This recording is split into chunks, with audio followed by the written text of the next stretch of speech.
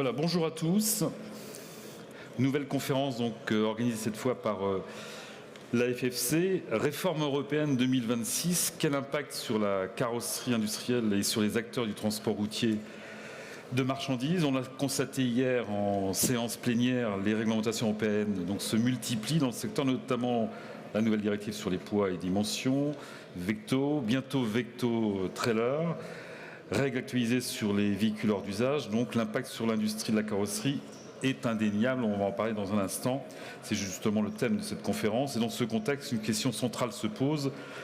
Comment concevoir et produire des véhicules industriels dans un cadre réglementaire en constante évolution et surtout dans des délais toujours plus contraints? Quelles solutions permettent de s'adapter rapidement? Quels effets sur les coûts? Autant d'interrogations auxquelles cette conférence, organisée, je rappelle, par la FFC, entend apporter des éclairages. Et j'invite pour commencer Didier Dugrand, délégué général de la FFC, à me rejoindre.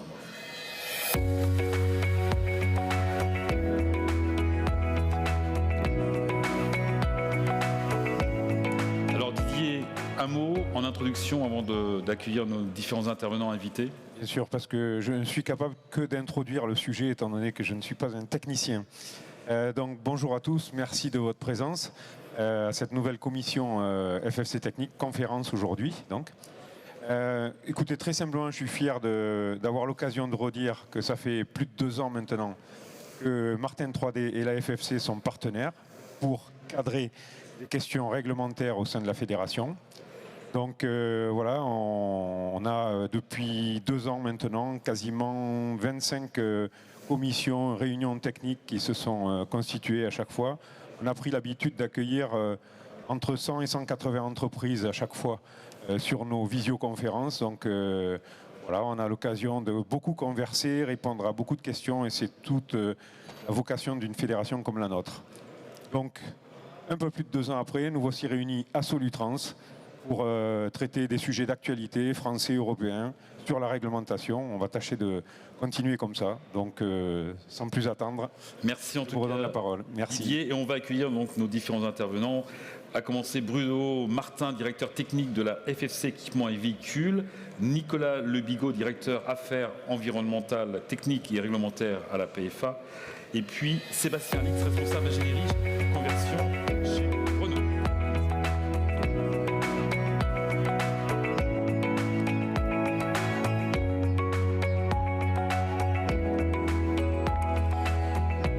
Bruno Martin, bonjour. Le micro, voilà. Bonjour Bruno. Bonjour à tous. Alors vous dites que les réglementations qui existent ne peuvent pas s'appliquer. Notons que la transposition de ces règles européennes est plus souple dans les autres États membres.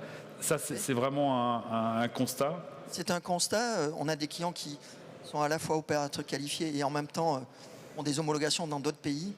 Et on leur a interdit de faire des étalonnages en métrologie légale pour ce qui concerne leurs homologations. Parce que dans ce pays-là, n'en veulent pas, puisqu'entre autres, il y a une problématique de connaître la certitude de la pesée, pour éventuellement faire des rappels si le véhicule est non conforme, chose qu'on n'a pas dans la métrologie légale. Alors, avant d'entrer dans le détail avec nos autres invités, donc Nicolas et Sébastien, je vous propose, Bruno, d'aller au pupitre, oui. Et justement de revenir sur les exigences. Il y a un micro, vous inquiétez pas, au pupitre, sur les exigences de la métrologie donc légale, et d'un côté de la part de l'Europe et de l'autre côté de la France. Voilà. Je vous laisse la parole, Bruno. Donc bonjour à tous. Le sujet, ça va être un sujet un petit peu dans le temps. C'est la métrologie légale qui doit s'appliquer au 1er janvier 2026. Alors en fait, la réglementation existe depuis beaucoup plus longtemps que ça, mais comme elle n'était pas appliquée jusqu'à maintenant, et elle n'était pas applicable, le bureau de la métrologie a consenti à un report au 1er janvier 2026. Mais pour l'instant, les solutions ne sont toujours pas trouvées. Donc, comme vous allez le voir, il y a un texte européen qui impose que la pesée du poids à vide du véhicule, entre autres, donc le fameux G et G1 qu'on met sur la carte grise, doit être fait avec un appareil, donc un IFPNA, donc un IPFNA, un appareil de pesée à fonctionnement non autonome, qui doit, pour ces pesées-là. Par contre, ce texte européen qu'on cite là, le règlement 2021-535, n'impose pas de métrologie légale. C'est pour ça que dans d'autres pays, on ne l'impose pas sur ces appareils-là. Bon, en France, on l'impose. Donc dans les arrêtés que vous voyez, qui sont écrits plus bas, et qui imposent donc la manière de traiter toutes ces pesées-là. Et donc, tout ça a été, on va dire, omis pendant des années. Et suite à un contrôle qui a été fait chez un carrossier, le bureau de la métrologie légale a tout de suite dit les carrossiers trichent. Donc bon, il y a eu un consensus. Tout le monde a rétorqué que il n'y avait pas d'exigence jusqu'à maintenant, alors qu'en fait l'arrêté de 2001 l'imposait déjà, mais ça n'a jamais été appliqué. Et donc ils ont consenti à un report de 2 ans à l'époque, ce qui nous amène au 1er janvier 2026. Pour mettre en place cette métrologie légale. Sauf qu'au travers de ces exigences-là, il est apparu qu'il y a beaucoup d'impossibilités techniques, et c'est aussi pour ça que ça n'était pas appliqué. Donc c'est ce qu'on va regarder. C'est que la première incidence, si au 1er janvier on doit répondre à cette exigence, et a priori c'est parti dans ce sens-là, c'est qu'il faudra utiliser que des appareils donc, étalonnés en métrologie légale. Donc c'est les appareils qu'on retrouve avec des étiquettes vertes. Donc vous n'avez peut-être pas fait attention sur les appareils que vous utilisez, s'ils le sont, mais il y a beaucoup d'endroits où on le voit. C'est par exemple quand vous allez faire le plein, la petite étiquette verte, qui justifie que le volume qui apparaît, qui est indiqué, c'est bien celui qui est allé dans votre réservoir. Et après, donc, ça correspond à ce que vous allez peser. Donc la métrologie légale concerne en particulier, mais pas que, c'est toute transaction monnayée, toute transaction monétaire. Et bien sûr, c'est là où le carrossier est contraint. Un petit peu plus loin, on dit aussi tout acte réglementé. Et donc faire un ticket de pesée pour mettre un poids à vide sur une carte grise, c'est un acte réglementé. Bon, de la même manière qu'il y a un autre acte réglementé auquel on n'est pas forcément soumis, mais c'est quand on se fait arrêter par les gendarmes et qui pèsent le véhicule pour verbaliser. Donc c'est aussi un acte réglementé qui est soumis à la métrologie légale. Donc, autre obligation pour la métrologie légale, c'est que l'appareil doit avoir un carnet de métrologie qui doit être entretenu et mis à disposition des contrôleurs. Parce que quand on est dans de la métrologie légale, on peut être contrôlé par ce qu'on appelle les DRET. Les DRET, c'est l'équivalent, on va dire, de l'ADREAL pour le carrossage des véhicules, mais sur l'étalonnage en métrologie légale. Et donc les DRET, à partir du 1er janvier, seront en droit de venir contrôler tous les carrossiers et de vous demander comment sont faits les pesées des véhicules. Donc on va le voir, la pesée peut être faite en externe, sur un appareil en métrologie légale, mais même si elle est faite en interne, votre appareil devra être en métrologie légale. Ces vérifications périodiques, donc elles vont être annuelles, même si pour certains, l'UTAC admettait sur les appareils que vous faisiez hors métrologie légale des étalonnages tous les 2 ans ou 3 ans, suivant le volume de véhicules que vous faisiez.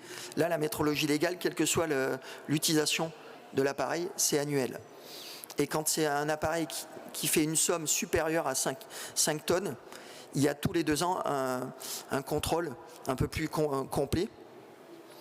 Et donc, ça augmente les tarifs.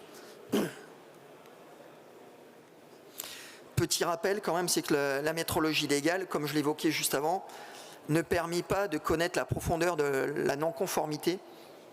Quand il y a un étalonnage qui est non conforme, il va y avoir un réajustage. Pardon, il va y avoir un réajustage, mais vous ne connaissez pas la profondeur du réajustage. Donc si la balance, je prends un exemple qui est un peu énorme, mais a été réajustée de 500 kg, normalement, vous êtes censé, en tant qu'opérateur qualifié, puisque vous êtes sur la même marge que les constructeurs, de faire des rappels sur les véhicules où la répartition n'était pas bonne. Donc reprendre tous les véhicules que vous avez faits où il y avait moins de 500 kg de marge sur la répartition avant et arrière.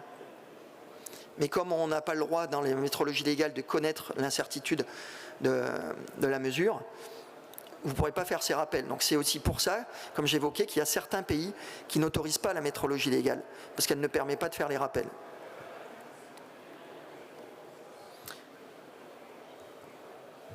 Donc l'instrument que vous allez utiliser, si c'est un instrument interne, il doit être utilisé en respectant un certain nombre de règles. Il doit être posé déjà de façon stable, puisque la plupart de ceux qui vont acheter des instruments, ce sera des pèse-roues ou des pèse-essieux. Donc il faudra assurer une stabilité et un niveau. Donc ce sera aussi contrôlé par les DRET. On doit pouvoir vérifier la tare du véhicule et on doit pouvoir peser le véhicule en une seule fois. C'est ce que dit la métrologie légale. Donc, utiliser un seul pèse-essieu pour faire une somme après de chaque essieu pour donner un poids total, c'est interdit. Donc, pour ceux qui vont peser des véhicules 4 essieux, il faudra 4 pèse-essieux ou 8 pèse-roues. Et qui devront être reliés parce qu'on n'a pas le droit de faire une somme. C'est l'appareil qui doit faire la somme, qui doit être relié. Donc, il y a une mallette avec, si c'est un pèse-essieux, pour un 8-4, avec minimum 8 entrées. Les dimensions du récepteur, donc, je disais, doivent permettre de peser l'appareil en une seule fois. Donc, forcément, le pont bascule est autorisé, mais les pèse-essieux aussi.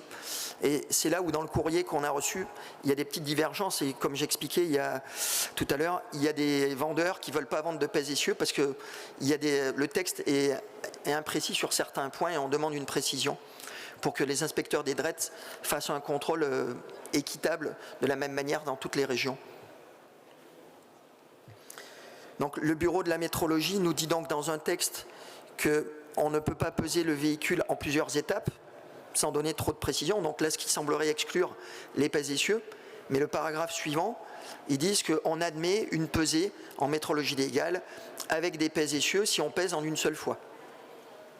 Donc ils se contredisent. Alors, c'est un problème d'interprétation. Et si le premier paragraphe où on parlait d'interdiction d'utiliser les pèse-essieux avait été plus précis, on aurait pu comprendre, et je pense que c'est ce qu'il faut comprendre, et on a un rendez-vous avec eux la semaine prochaine, ou la semaine suivante, il n'est pas encore validé, pour permettre de valider ces imprécisions et de les parfaire, pour que lors des contrôles avec les DRETS, il n'y ait pas de ces incohérences. C'est pour ça que certains d'entre vous ont peut-être déjà eu des retours de vendeurs de pèse-essieux qui ne veulent pas vendre les pèse-essieux, en disant que le texte est suffisamment imprécis pour qu'eux puissent être mis en cause si la DRETS refuse le contrôle de vos appareils, en disant ça ne correspond pas au premier paragraphe alors que le deuxième le permet.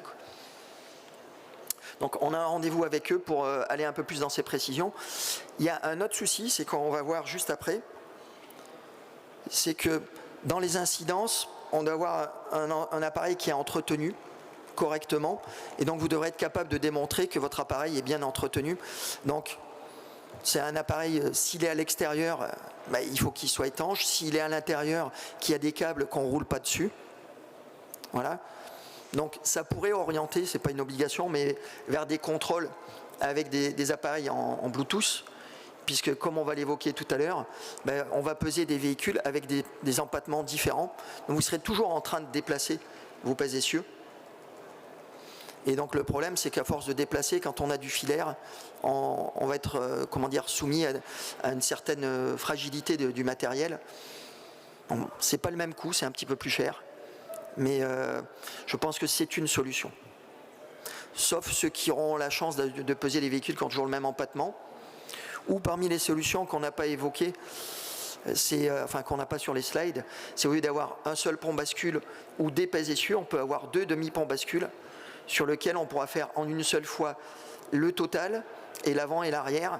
Et comme 2 demi-ponts bascules sont suffisamment grands pour répondre à tous les empattements, c'est une solution, mais c'est une solution coûteuse. Le plus économique, c'est les pèse-essieux, mais les pèse-essieux ont le problème qu'on est tout le temps en train de les déplacer. Donc tenir à jour aussi le carnet d'entretien et tenir à jour vos étalonnages, puisque tout à l'heure je disais qu'à partir du 1er janvier, les contrôles seront effectifs, seront mis en place par les DRETS. Donc je pense, ce sera peut-être étalé un petit peu plus loin, mais que les carrossiers verront arriver les DRETS dans la première semaine du mois de janvier pour vérifier que vous répondez à leurs exigences. Mais ils pourront venir quand ils veulent, ils pourront revenir au bout d'une semaine, au bout de 2 mois, au bout de 3 mois. C'est, je dirais, par rapport à l'UTAC qui vous audite tous les 2 ans, les DRETS peuvent venir quand ils veulent, c'est comme un inspecteur du travail. Vous n'avez pas le droit de lui empêcher de venir vérifier l'appareil et de vérifier la bonne utilisation et la conformité de l'appareil.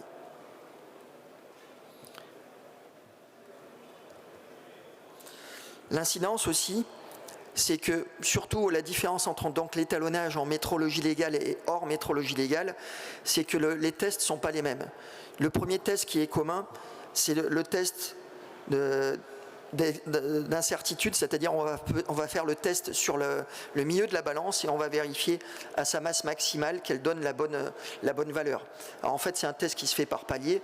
On démarre au mini, par exemple sur un pèse essieu 10 tonnes, on va commencer à 1 tonne, on monte à 2 tonnes, 3 tonnes et on redescend. Donc pour vérifier qu'en montant et en redescendant, on est toujours dans la précision qui est demandée. Et le deuxième test, et c'est là où ça pose un problème, c'est le test d'excentration. Comme vous le voyez, là, ça peut être un pont bascule, un pèse essieu, qui est coupé en 4. Le test de précision va faire un test sur la partie 1. On met les masses étalons au centre de l'appareil et on vérifie qu'il est conforme à la précision qui est attendue, en restant dans les tolérances qui sont admises. Et après, on va faire un test sur chaque quart. On coupe l'appareil en 4 parties. Et on va faire un test à 1/3 de la capacité maximum de l'appareil. Donc imaginez, vous êtes sur un pèse essieu qui lui a une capacité par exemple de 6 tonnes, un pèse roue de 6 tonnes. On coupe en 4 parties et on doit mettre donc 1/3 de 6 tonnes, donc 2 tonnes dans un quart sans déborder. Des étalons, des masses étalons qui ont été étalonnés, reliés aux étalons nationaux. Et on n'a pas... En tout cas, ceux qui font les contrôles n'ont pas d'étalons qui permettent de rentrer dans une si petite surface sans déborder et qui permettent de faire des tests à 2 tonnes. Et c'est là où le test d'excentration pose un problème. C'est là aussi où les gendarmes qui sont soumis au même problème que vous ont une dérogation. Ils sont exemptés du test d'excentration. Alors que le carrossier, lui, pour répondre à la métrologie légale, n'a pas droit à cette dérogation. Pourtant, il a les mêmes exigences que vous pour la peser. Mais lui, le gendarme n'a pas cette exigence-là. Alors, ce qui pourrait être dit, c'est que quand vous faites peser, vous avez le droit de contester la pesée et à ce moment-là, ils vous emmèneront sur un pont bascule, qui lui va donner le même résultat. Donc vous serez quand même verbalisé. Donc ce qui prouve bien de toute façon que le test d'excentration sur un pèse-roue n'a pas d'intérêt. Et d'ailleurs, le COFIP, Comité français des industriels du pesage, qui travaillent avec nous sur ce sujet-là, parce qu'eux aussi sont concernés, puisque c'est eux qui vont devoir étalonner vos appareils, veulent faire admettre un test à 1/10 de la charge, ce qui serait plus raisonnable. Mais pour l'instant, c'est dans les tuyaux, mais il n'y a encore rien de garanti. Là, ça permettrait de pouvoir étalonner ces appareils-là.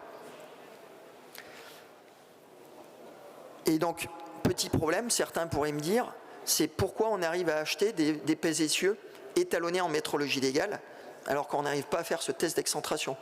C'est que le seul vendeur européen que vous connaissez tous, donc lui, il a fait une homologation de ses appareils, et le fait d'avoir homologué ses appareils lui permet de ne pas faire le test d'excentration à la livraison du véhicule, de l'appareil.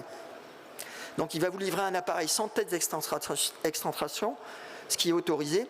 Vous allez pouvoir l'utiliser pendant 1 an, parce qu'il aura apposé sa vignette verte, mais au bout d'1 an, vous allez devoir étalonner l'appareil, et en France, à ce jour, aucun organisme n'est capable de faire le test d'excentration avec la valeur de 1/3.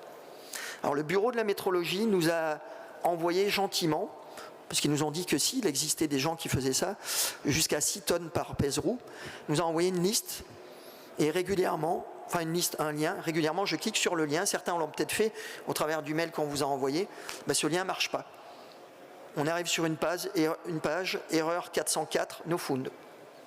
Donc on est toujours en attente de cette liste-là. Alors, il nous avait déjà fait un petit peu le coup en mars-avril, où il nous avait dit, je ne comprends pas que vous ne trouviez pas, on a une liste de 300 sociétés capables de le faire. Là, le lien qu'ils nous ont envoyé marchait, on a contacté ces 300 sociétés-là, c'est Didier qui l'a fait, il n'y en a aucune qui était capable de le faire. Certains nous ont dit, on est en train de regarder pour trouver un système, mais ce n'est pas encore au point.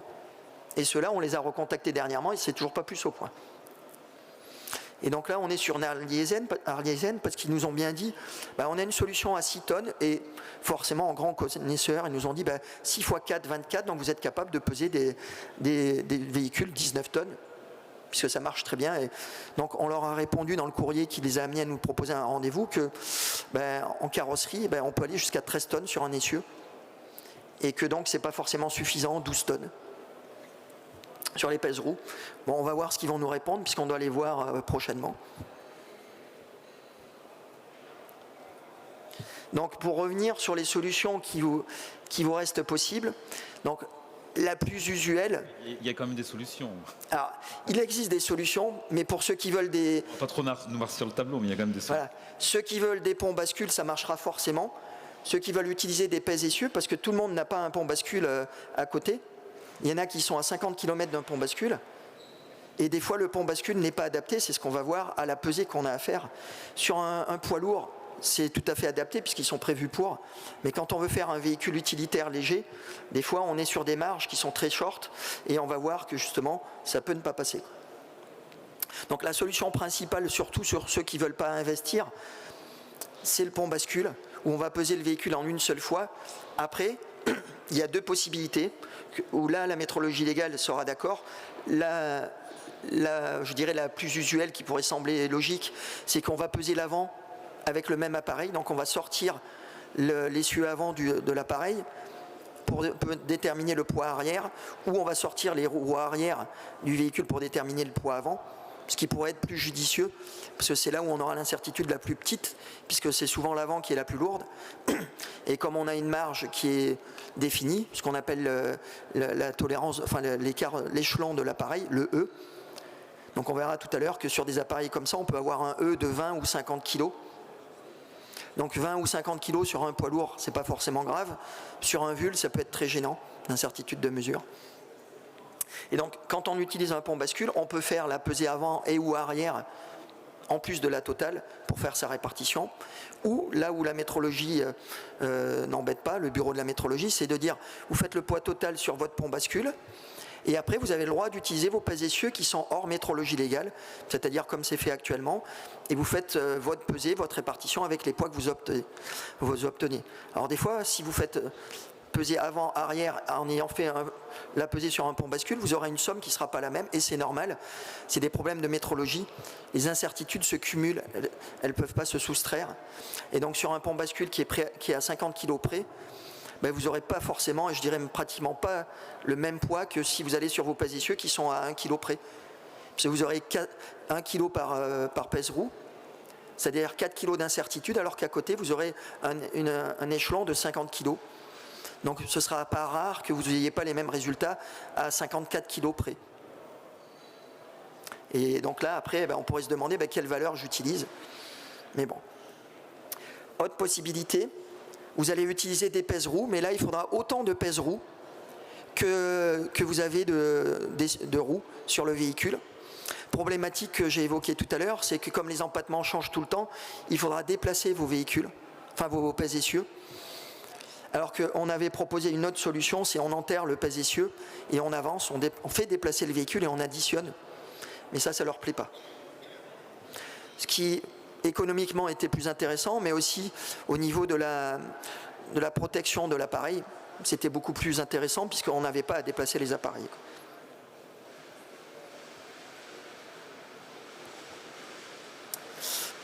Donc là, on va, comme je disais, on va regarder un petit peu les problèmes d'incertitude. Il n'est pas rare d'avoir des ponts bascules où on a l'entrée et la sortie qui sont inclinés. Et c'est, je dirais, même souvent fréquent, parce que ça évite de faire du génie civil, ça fait économiser quelques dizaines de milliers d'euros aux carrières, parce que c'est souvent des carrières ou des céréaliers qui l'utilisent. Eux n'ont qu'un besoin de peser un total, donc que l'entrée soit inclinée et la sortie aussi, ça ne les dérange pas. Mais par contre, vous, quand vous allez aller faire la pesée, si vous voulez faire la pesée avant et arrière en même temps, quand vous allez être dans la pente, vous allez avoir, en plus de l'incertitude de mesure de l'appareil, son échelon, vous allez rajouter des incertitudes sur la pente, qui elles peuvent être plus ou moins importantes. Si on est sur un véhicule deux essieux, en se mettant à la limite du pan incliné, on peut être assez proche de la réalité. Et quand on est sur des véhicules avec tandem, un 8x4 avec tandem, on a tandem avant et arrière, on est obligé de mettre 2 roues à l'extérieur, et là on a forcément une grosse partie du poids qui est dans la pente, et là les incertitudes, suivant la pente, peuvent aller à plusieurs centaines de kilos. Donc là, faire une répartition des charges sur un véhicule 8x4 en tandem, je n'ose pas dire que c'est du suicide, mais c'est incohérent, quoi.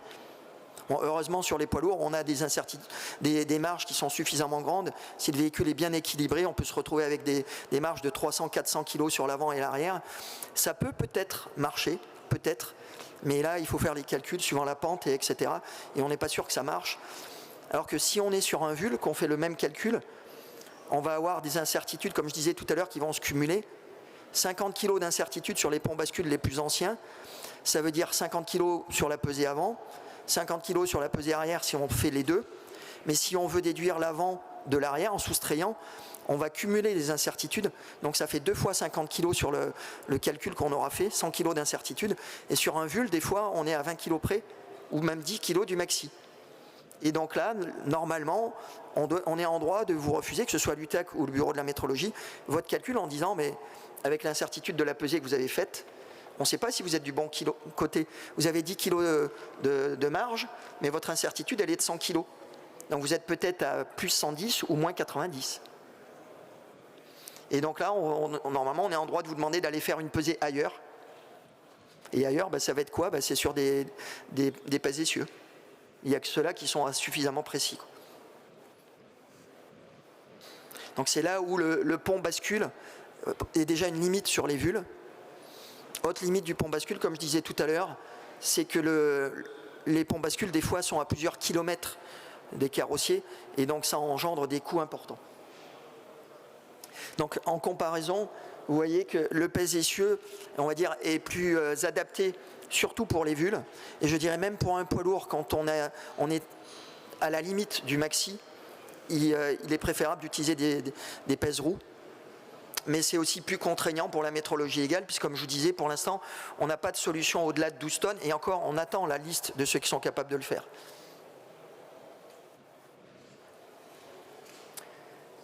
Donc à ce jour aussi, pour faire un état de ce qui se passe, l'IDREAL ne demande pas l'utilisation d'un appareil en métrologie légale, il ne vous demande pas le certificat d'étalonnage de l'appareil que vous avez utilisé.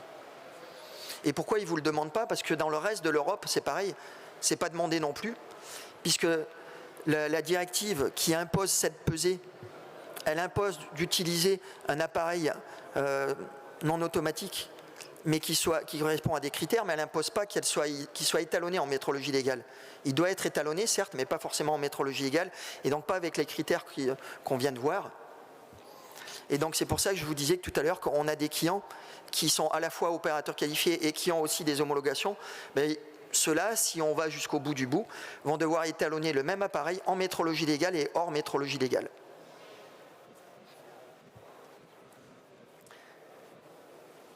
On a fait des statistiques au début où il y a ces exigences qui sont tombées. On a eu 93 retours. On a fait donc une pondération sur les 600 clients, 600 carrossiers, qui a à peu près 600 carrossiers et aménageurs qui sont soumis à cette exigence.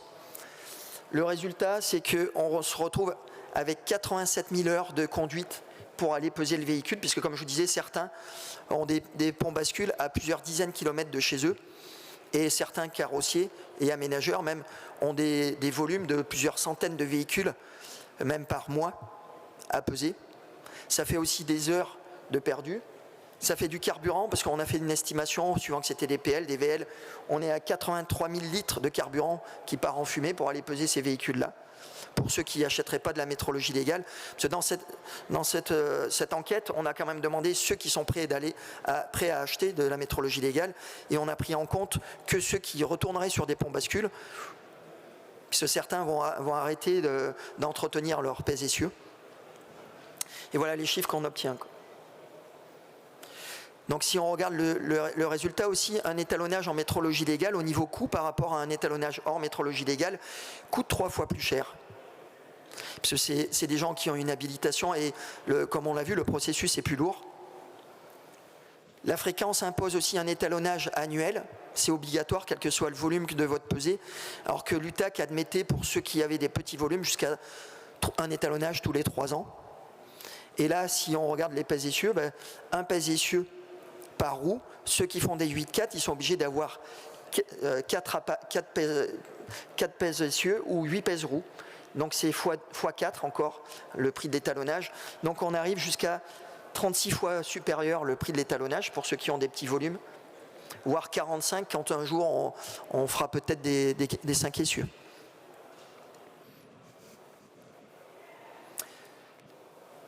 Donc on a fait une demande au bureau de la métrologie légale pour alléger tout ça. On a un rendez-vous avec eux, mais le dernier courrier qu'on a eu n'était pas trop favorable. On a plutôt l'impression qu'ils veulent nous rappeler les règles que je vous ai déjà énoncés et nous dire il faut l'appliquer. Alors, beaucoup d'entre vous ont décidé de faire le pas, parce que même ceux qui ont été un petit peu freinés par les vendeurs veulent quand même faire le pas. D'autres attendent de savoir vraiment est-ce qu'on va autoriser les pèses essieux. Pour moi, oui, c'est juste que le texte n'est pas clair et on leur demande de l'éclaircir pour que vous puissiez aller vers les pèses essieux. Mais il y a aussi le problème de l'étalonnage, parce que tout le monde n'a pas forcément besoin de peser un VUL. Ceux qui ont besoin de peser un PL, des fois ont besoin d'aller au-delà de 12 tonnes. Et justement, on vient de vous le dire, la liste de ceux qui sont capables de peser 6 tonnes par pèse-roue, on ne la trouve pas. Donc on leur demande un éclaircissement là-dessus. Donc on est un petit peu, on va dire, dans l'attente. Pour l'instant, on ne peut que vous dire, renseignez-vous, faites des devis pour des pèses essieux. Vous pouvez, je pense, les acheter parce que la solution va arriver, puisque les pèse-roues qui vont arriver vont être étalonnées en métrologie légale et vous aurez 1 an. D'ici à 1 an, vu l'engagement qu'ils ont pris, ils seront bien obligés de trouver une solution pour qu'on puisse étalonner en France et pas renvoyer, parce que la solution, c'est ces fameux pèse-roues qui vont être achetés, je ne dirai pas le nom, mais vous le connaissez tous, mais en Italie en tout cas, pour être étalonné au bout d'1 an, comme on n'a pas la solution en France, la solution qui reste, c'est de renvoyer le pèse essieu chez le vendeur, qui lui, comme il a une dérogation, qu'est-ce qu'il va faire? Sa dérogation ne lui permet pas de faire de s'exenter du texte d'excentration pour un étalonnage. Mais qu'est-ce qu'il fait? Il enlève la carte mère de l'appareil, il en remet une neuve, donc l'appareil devient neuf à nouveau. Et donc il a à nouveau l'autorisation de faire une souplesse dans son étalonnage et de ne pas faire le texte d'excentration. Donc il vous renvoie entre guillemets un appareil neuf, mais ça coûte beaucoup plus cher. Ça prend plusieurs semaines. Et donc vous vous retrouvez pendant plusieurs semaines sans appareil, sauf si éventuellement votre vendeur vous en loue un, mais là le tarif il augmente encore. Voilà. Et donc ce serait bien qu'en France on puisse étalonner ces appareils-là, puisque vous n'allez pas avoir le choix d'en acheter, mais qu'on puisse les étalonner en France. Et donc notre discussion avec eux, ça va être, puisqu'on a compris qu'ils ne veulent pas fléchir sur le principe de l'utilisation, c'est au moins assouplir l'étalonnage, de donner des solutions. Voilà. Juste avant de passer la parole à nos invités, est-ce que vous avez quelques questions sur... Oui, alors on va vous donner un micro.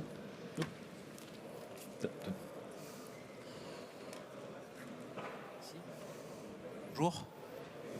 On a eu contact avec un vendeur de pèse essieux.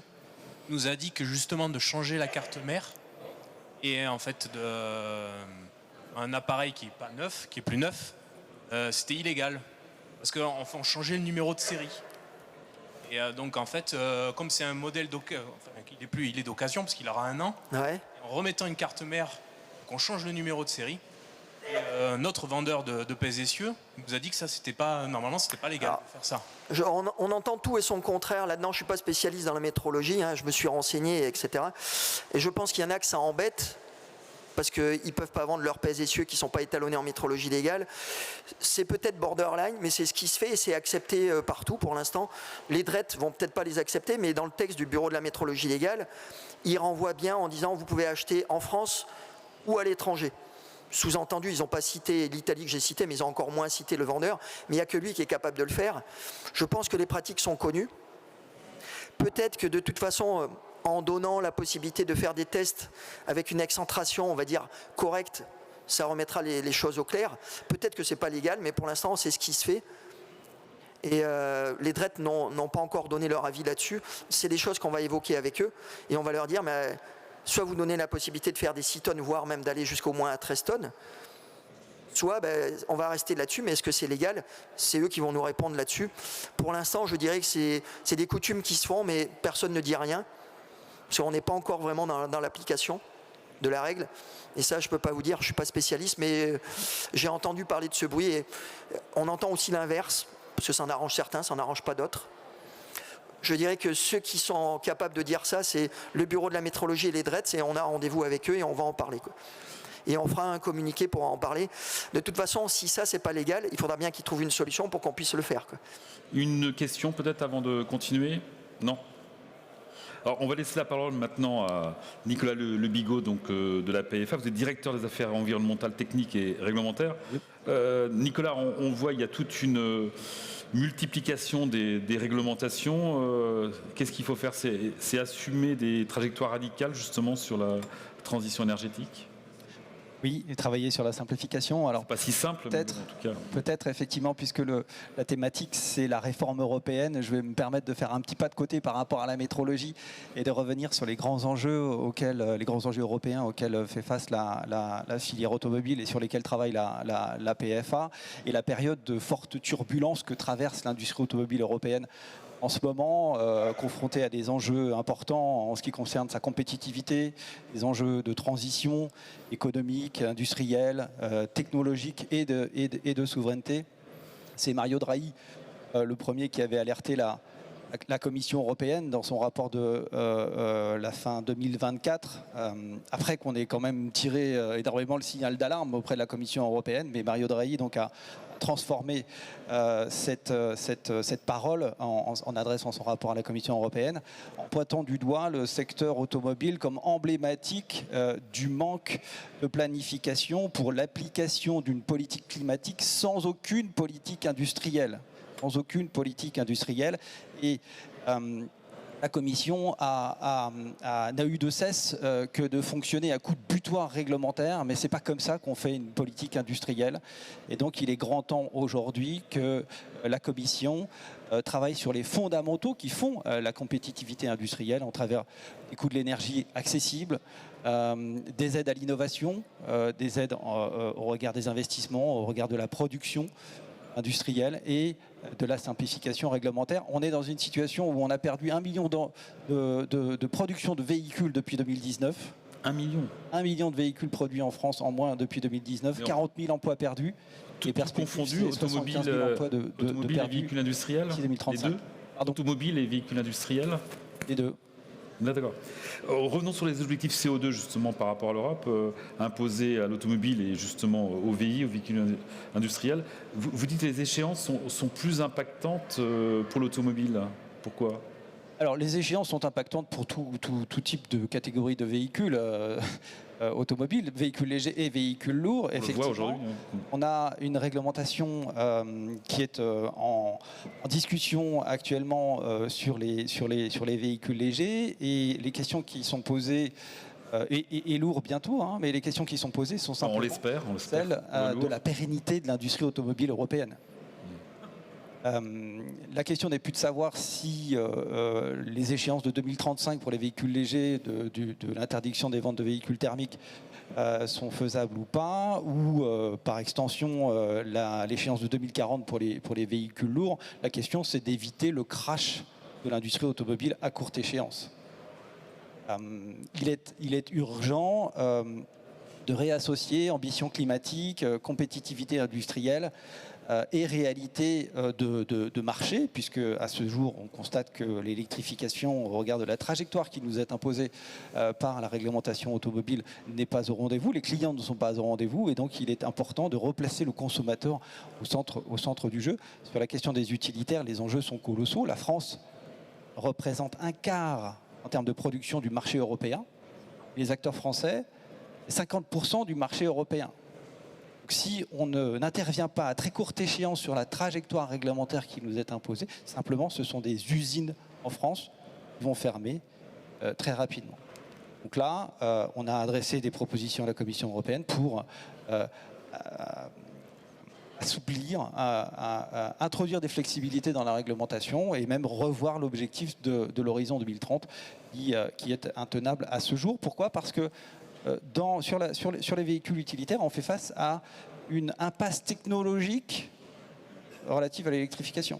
On a 50% des véhicules utilitaires du marché qui sont utilisés très intensément et pour lesquels l'électrique n'est pas la solution. Sur la question des véhicules lourds, on est un peu dans la même situation avec une réglementation pour laquelle il y a une révision qui est prévue d'ici le 31 décembre 2027.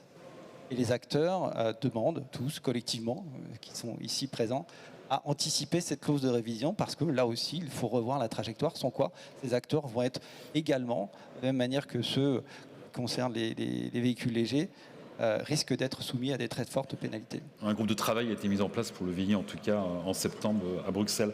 Revenons, alors on parle de réglementation, sur la réglementation VHU, donc véhicule hors d'usage, qui va évoluer également en s'appliquant d'ici 2030 à l'ensemble des plus de 3,5 tonnes. Là encore, une réglementation supplémentaire et contraignante.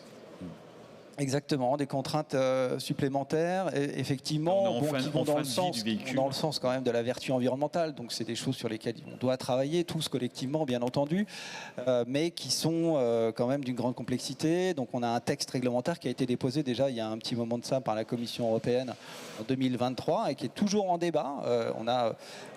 On débat au niveau des institutions européennes, Commission, Conseil, Parlement, qui est un règlement, dit règlement véhicule hors d'usage.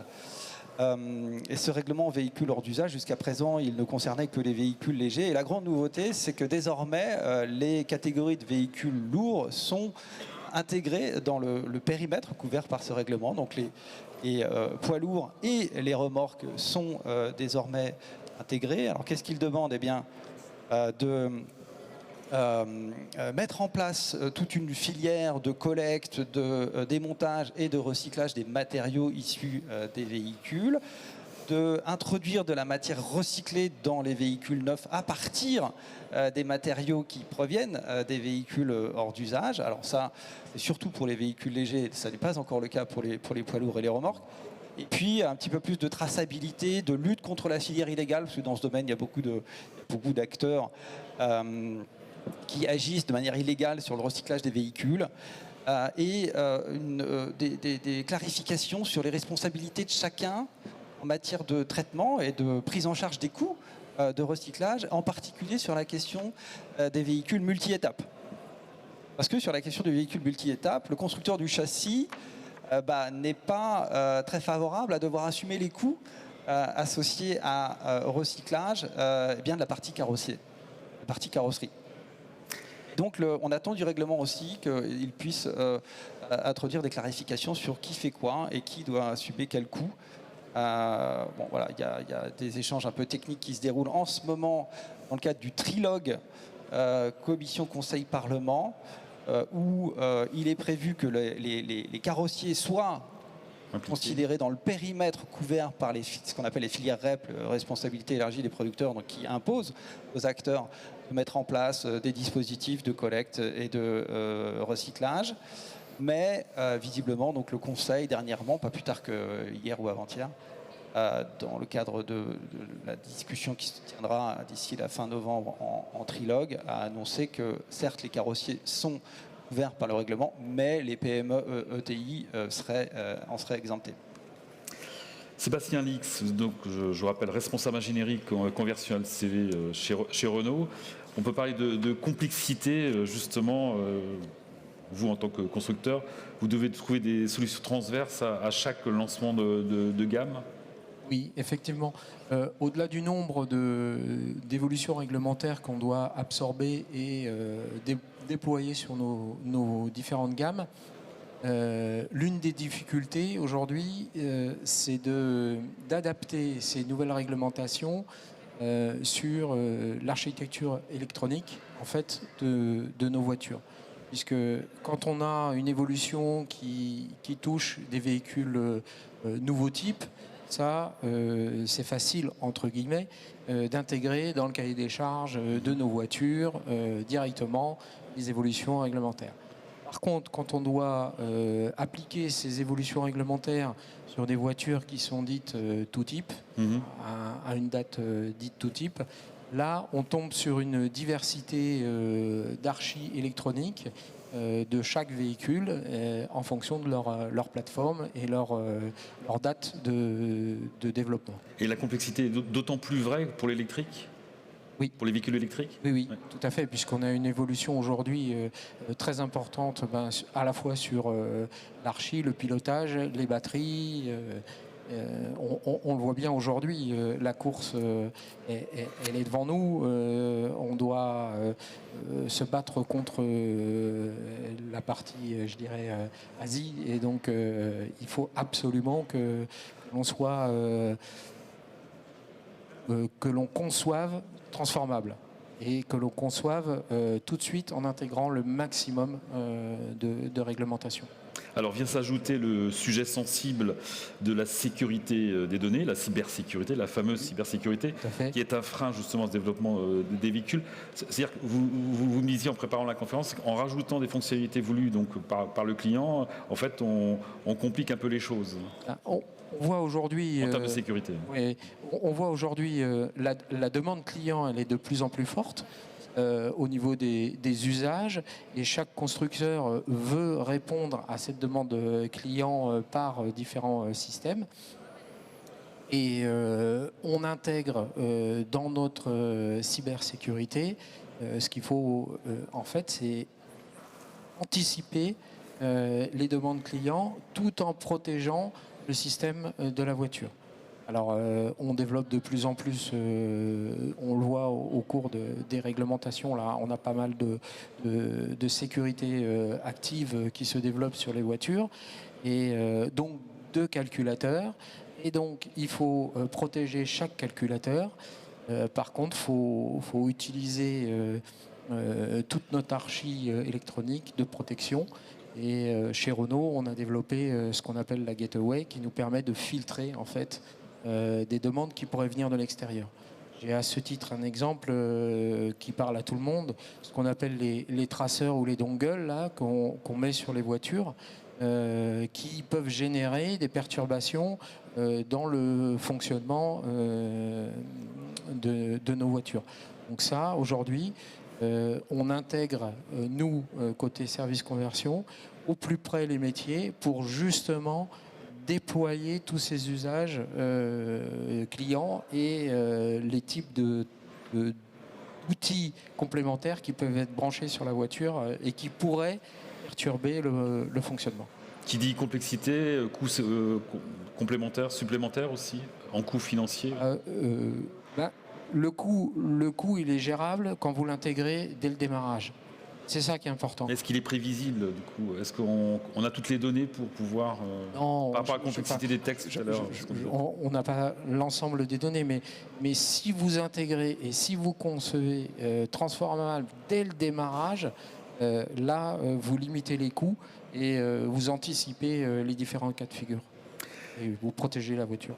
Un mot du GCR2 qui est entré en vigueur en 2024. Vous estimez qu'il y a comme un problème de dialogue, un souci de compréhension entre les différents acteurs de la filière sur certains textes? Alors,